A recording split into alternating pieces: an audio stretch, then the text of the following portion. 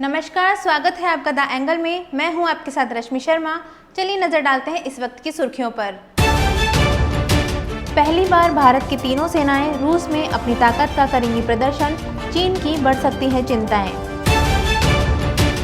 Postmortem report के अनुसार सुशांत सिंह राजपूत की मौत हुई थी दम घुटने से। आज मुंबई में होगा अंतिम संस्कार। राजस्थान रोडवेज ने प्रदेश में बढ़ाया संचालन का दायरा, लग्जरी बसों के 2 नए रूट शुरू किए।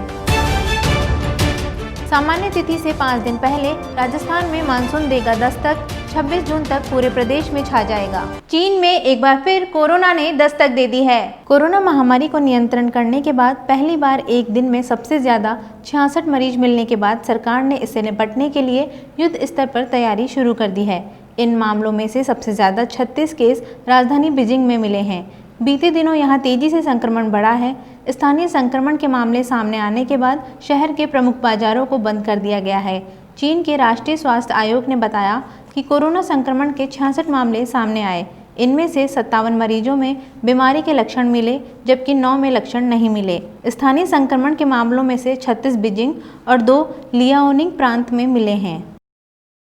नेपाल अब चीन की शह पर अमेरिका को झटका देने की कोशिशों में जुटा है। कुछ कथित खबरों के मुताबिक पेइचिंग नेपाल के सत्तारूढ़ दल को अमेरिका की एक मदद को ठुकराने के लिए दबाव बना रहा है। भारत के साथ सीमा गतिरोध के बीच नेपाल ने नया नक्शा बनाया है। इस नक्शे में लीपू लेक, काला पानी और लिम्पिया धुरा को नेपाल ने अपने क्षेत्र में दिखाया है। भारत नेपाल के इस नक्शे को खारिज कर चुका है। मिलेनियम चैलेंज कोऑपरेशन के तहत अमेरिका ने नेपाल की एक परियोजना के लिए मदद दे रहा है। कहा जा रहा है कि चीन अब इस मदद में अड़ंगे लगा रहा है। पहली बार भारत की तीनों सेनाओं की एक टुकड़ी 24 जून को रूस की राजधानी मॉस्को के रेड स्क्वायर से मार्च करती हुई नजर आएंगी। 2015 में केवल भारतीय थल सेना सैन्य परेड में शामिल हुई थी। इस कार्यक्रम के लिए रूस ने प्रधानमंत्री नरेंद्र मोदी को न्योता भेजा था।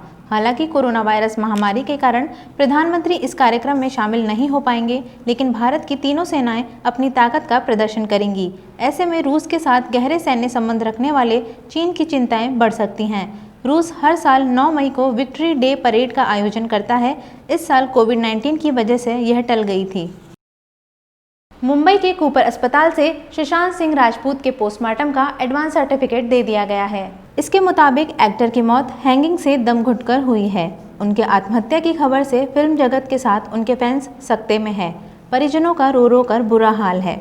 बेटे के बारे में सुनकर उनके पिता को गहरा आघात लगा है। उनकी तबीयत भी बिगड़ गई। इस बीच सुशांत के पिता के सिंह और उनके चचेरे भाई बीजेपी विधायक नीरज बबलू पटना एयरपोर्ट के लिए निकल चुके हैं। उनके मुंबई पहुंचने के बाद सुशांत सिंह के अंतिम संस्कार की तैयारी शुरू की जाएगी। मुंबई में ही सुशांत का अंतिम संस्कार किया जाएगा। करीब 2.5 महीने के अंतराल के बाद मुंबई में एक बार फिर लोकल ट्रेन सेवाओं की शुरुआत की गई है। रेलवे के अनुसार इन ट्रेनों में फिलहाल इसमें सफ़र की इजाज़त सिर्फ ज़रूरी स्टाफ को होगी, जिन्हें राज्य सरकार चिन्हित करेगी।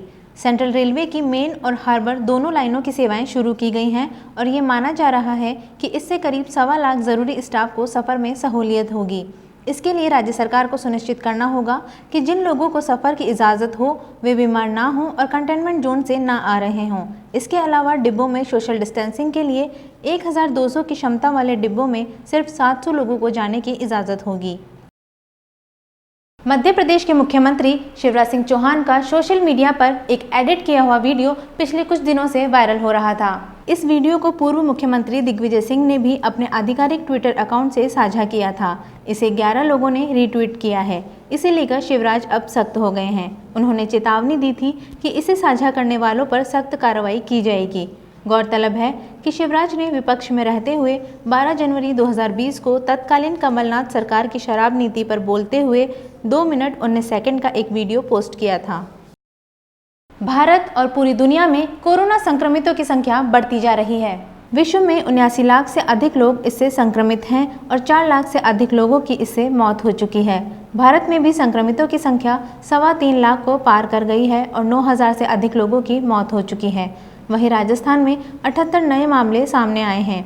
इसमें जयपुर में 29, झुंझुनू में 18, गंगानगर और सवाई माधोपुर में 5, अलवर में 9, अजमेर में 4, भरतपुर में 2, दौसा, नागौर, टोंक और उदयपुर में 1-1, कोटा में 2 नए पॉजिटिव मिले हैं। प्रदेश में संक्रमितों की संख्या अब तक 12,772 हो गई है और 294 लोगों की मौत हो चुकी है। राजस्थान रोडवेज अब प्रदेश में धीरे धीरे अपने संचालन का दायरा बढ़ा रही है। यात्रियों की मांग और रूट सर्वे के आधार पर हर सप्ताह नए रूट्स खोले जा रहे हैं। आज से रोडवेज ने लग्जरी बसों के 2 नए रूट्स शुरू कर दिए हैं। जयपुर से कोटा और जयपुर से अनूपगढ़ रूट्स पर आज से लग्जरी बसें शुरू हो गई हैं। वहीं जयपुर से उदयपुर के लिए भी नई बस सेवा शुरू की गई है।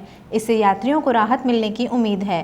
कोरोना वायरस के संकट के कारण लॉकडाउन में यात्री बसों को बंद कर दिया गया था। इसके बाद अब धीरे धीरे स्थिति सामान्य करने की कवायद सरकार द्वारा की जा रही है। तेल विपणन कंपनियों ने लगातार 9वें दिन पेट्रोल और डीजल की कीमतों में वृद्धि की है।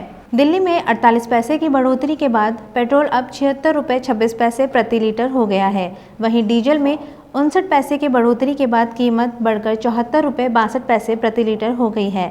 इससे पहले राजधानी में पेट्रोल की कीमत में 62 पैसे और डीजल में 64 पैसे की बढ़ोतरी हुई थी।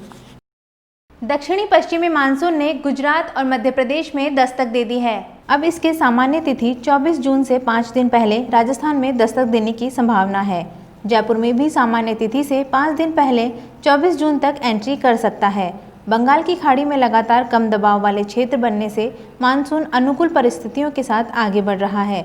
नए कैलेंडर के हिसाब से प्रदेश में इस बार मानसून एंट्री की तिथि 24-25 जून है, लेकिन इसके झालावाड़ के रास्ते 19 या 20 जून को ही दस्तक देने की संभावना है। यह 26 जून तक पूरे प्रदेश को कवर कर लेगा।